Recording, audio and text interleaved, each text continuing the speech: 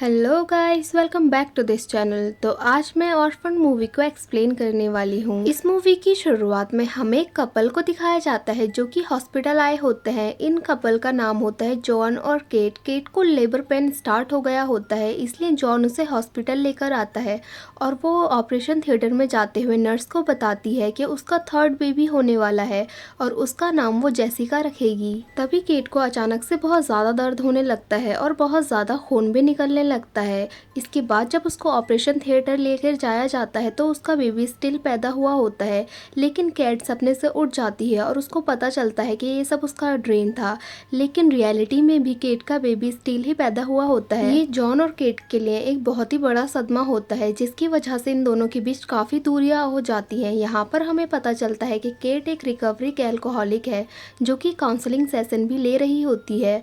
और यहाँ पर हमें पता चलता है कि इन दोनों के दो बच्चे होते हैं, जिसमें से एक का नाम होता है मैक्स जो कि डेफ है और दूसरे का नाम है डैनियल। डैनियल की एज 12 साल होती है। जॉन और केट ने अपना एक बेबी खोया होता है, इसलिए वो एक बच्चे को अडॉप्ट करने की सोचते हैं और बच्चे को अडॉप्ट करने के लिए वो पास के ही एक ऑर्फनेज में जाते हैं और वहाँ पर वो 9 ईयर ओल्ड की एक एस्टोनियन गर्ल से मिलते हैं जो कि उनको बहुत ज़्यादा पसंद आती है। तो सिस्टर एबिगेल उनको बताती है कि रशिया से होने के बाद भी वो लड़की काफ़ी अच्छी इंग्लिश बोल लेती है और वो बताती है कि जो फैमिली उसको यहाँ पर लेकर आई थी वो एक फायर एक्सीडेंट में मारी गई थी, बस वही लड़की उसमें बच पाई थी। इसके बाद जॉन और केट उसको घर लेकर आ जाते हैं और मैक्स उससे तुरंत ही अटैच हो जाती है, लेकिन डैनियल को वो लड़की को ज़्यादा खास पसंद नहीं आती और डैनियल ईस्थर से जेलस फील करने लग जाता है क्योंकि ईस्थर को ही सारी अटेंशन मिल रही होती है। लेकिन कैट ईस्थर के आने से काफ़ी ज़्यादा खुश हो जाती है और जॉन और केट का रिश्ता अब ठीक होने लग जाता है। एक दिन जब जॉन और केट इंटीमेट हो रहे होते हैं तो ईस्थर मैक्स को लेकर उनके रूम में घुस जाती है और कहती है कि हमें लाइटनिंग से डर लग रहा है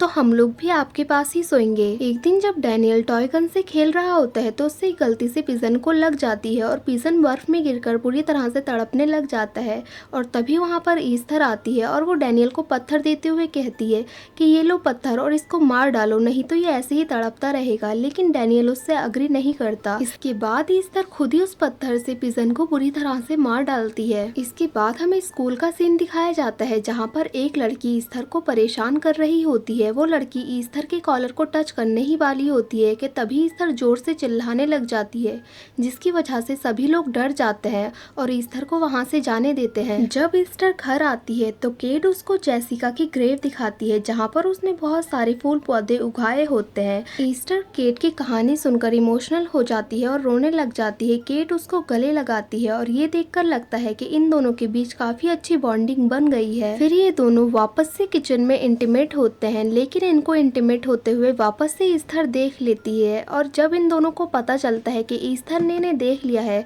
तब इन दोनों को बहुत ही ज़्यादा एम्बैरेसिंग फील होता है। अब नेक्स्ट डे केट ईस्थर के पास जाती है इस टॉपिक पर बात करने के लिए, लेकिन ईस्टर एकदम मैच्योर लड़की की तरह बात करती है जैसे उसको इस सब बारे में सब कुछ पता हो।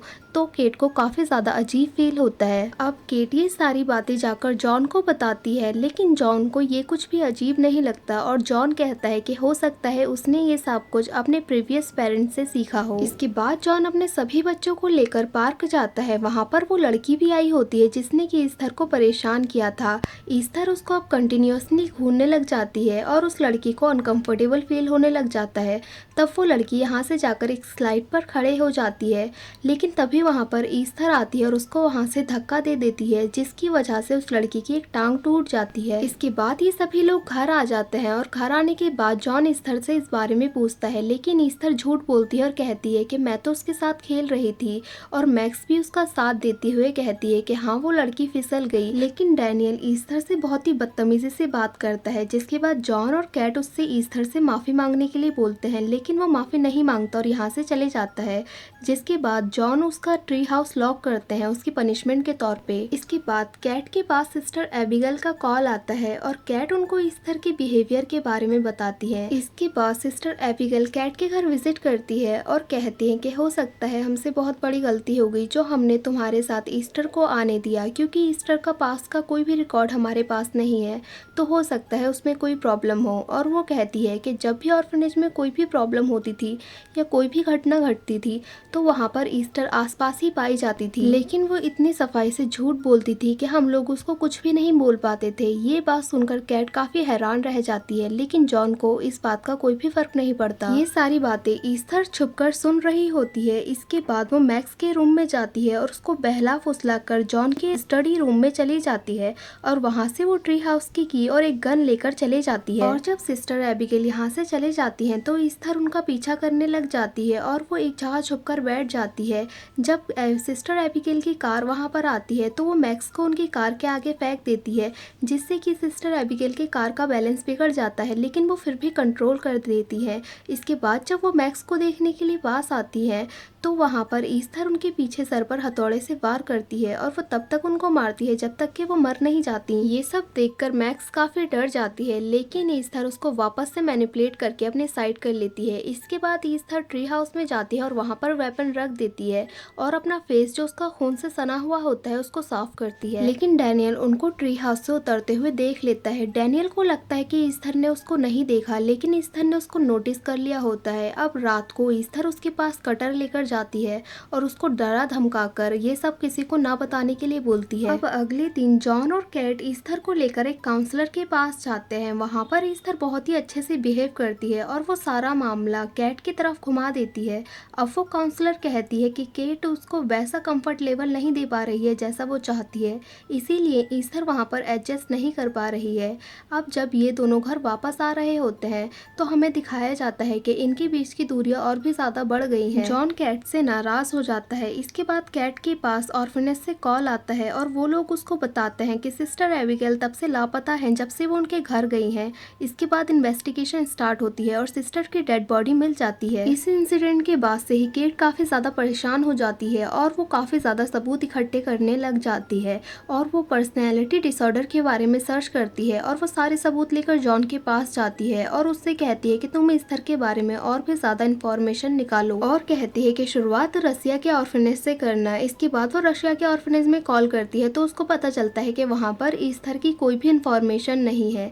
इसके बाद जब वो किचन में काम कर रही होती है तब वहाँ पर ईस्थर एक बुके लेकर आती है जो कि जेसिका की ग्रेव के फूलों से बने होते हैं। ये देखकर कैट को बहुत ज़्यादा गुस्सा आ जाता है और वो उसका हाथ पकड़कर खींचने लगती है, लेकिन तभी वहाँ पर मैक्स आ जाता है और इन दोनों को अलग करता है और केट जेसिका की ग्रेव के पास आकर बहुत ज़्यादा रोने लग जाती है। इसके बाद ईस्थर अपने रूम पर जाती है और अपने आप को जख्मी कर लेती है। इसके बाद वो जॉन के पास आती है और उसको बताती है कि ये सब कैट की वजह से हुआ है, जिसकी वजह से जॉन कैट से और भी ज़्यादा गुस्सा हो जाता है। अब एक के बाद एक ये सारे इंसिडेंट होने की वजह से कैट और भी ज़्यादा परेशान हो जाती है। दुखी होने की वजह से कैट अपने लिए 2 शराब की बोतल लेके आती है, लेकिन वो खुद पर कंट्रोल करती है और पीती नहीं है। अब नेक्स्ट डे वो डैनियल को स्कूल छोड़ने के लिए जाती है, लेकिन डैनियल के बैग से कुछ बुक्स निकलकर गिर जाती हैं जिनको वो उठाने लगती है, लेकिन तभी वहाँ पर ईस्थर आ जाती है और वो कार को स्टार्ट कर देती है।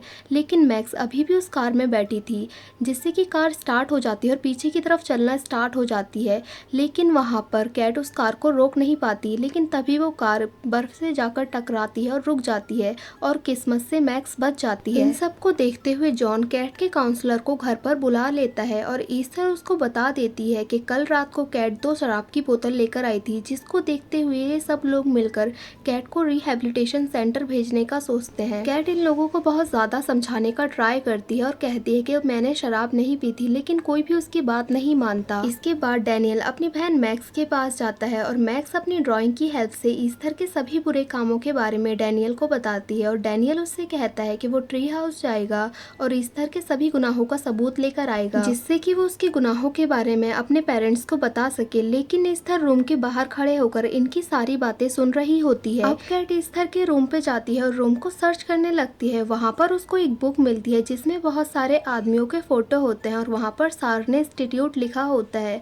जब वो इंटरनेट पर सारने इंस्टीट्यूट के बारे में सर्च करती है तब उसको पता चलता है कि सारने इंस्टीट्यूट कोई ऑर्फनेज नहीं है, बल्कि वो एक मेंटल हॉस्पिटल है। इसके बाद हमें डैनियल को दिखाया जाता है जो कि ट्री हाउस में आया होता है सबूत लेने के लिए, लेकिन वहाँ पर ईस्थर पहले से ही मौजूद होती है और वो ट्री हाउस और बाकी बाकी सारी चीज़ों को आग लगा देती है और डैनियल को ट्री हाउस में ही बंद कर देती है। लेकिन डैनियल किसी तरह से खिड़की से निकलकर ट्री हाउस की छत पर चले जाता है, लेकिन आग ज़्यादा बढ़ने की वजह से डैनियल नीचे गिर जाता है और बेहोश हो जाता है। केट देख लेती है कि ट्री हाउस में आग लग गई है और वो बाहर की तरफ भागती है। अब ईस्थर डैनियल को जान से मारने के लिए उसके मुंह पर पत्थर मारने ही वाली होती है कि तभी मैक्स वहां पर आ जाती है और वो ईस्थर को धक्का दे देती है और अपने भाई को बचा लेती है। और तब तक वहां पर केट भी पहुंच जाती है और डैनियल को हॉस्पिटल लेकर जाया जाता है। अब केट ये सारी बातें जॉन को बताती है, लेकिन ईस्थर ने उसको इस तरह से मैनिपुलेट कर रखा था कि वो केट की बात नहीं सुनता है। इसके बाद हमें ईस्थर को दिखाया जाता है जो कि डैनियल को मारने की कोशिश करती है, लेकिन डैनियल फिर भी बच जाता है। केट को पता होता है कि ये सब काम ईस्थर का है, इसलिए वो आकर ईस्थर को एक बहुत जोर का तमाचा मारती है। लेकिन तभी वहां पर जॉन आ जाता है और वो फिर भी ईस्थर की ही साइड लेता है। अब नर्स आकर केट को एक इंजेक्शन लगाती है जिसकी वजह से केट बेहोश हो जाती है। जब सब कुछ थोड़ा नॉर्मल हो जाता है तो जॉन मैक्स और ईस्थर को लेकर घर चले जाता है। अब मैक्स को सुलाने के बाद जॉन बहुत ज्यादा पीता है और वो इतना पीता है कि उसको होश भी नहीं रहता। इसके बाद ईस्थर एक बोल्ड ड्रेस पहनकर जॉन के पास आती है और उसको सड्यूस करने की कोशिश करती है, लेकिन जॉन तो उसको बस अपनी बेटी ही मानता था, इसलिए वो उसको दूर कर देता है। यहाँ पर ईस्थर गुस्सा हो जाती है और वो अपने रूम में चले जाती है। और दूसरी साइड हॉस्पिटल में केट के पास उसी हॉस्पिटल से कॉल आता है क्योंकि उसने उस हॉस्पिटल की साइड में ईस्थर की बहुत सारी फोटोज अपलोड की थी।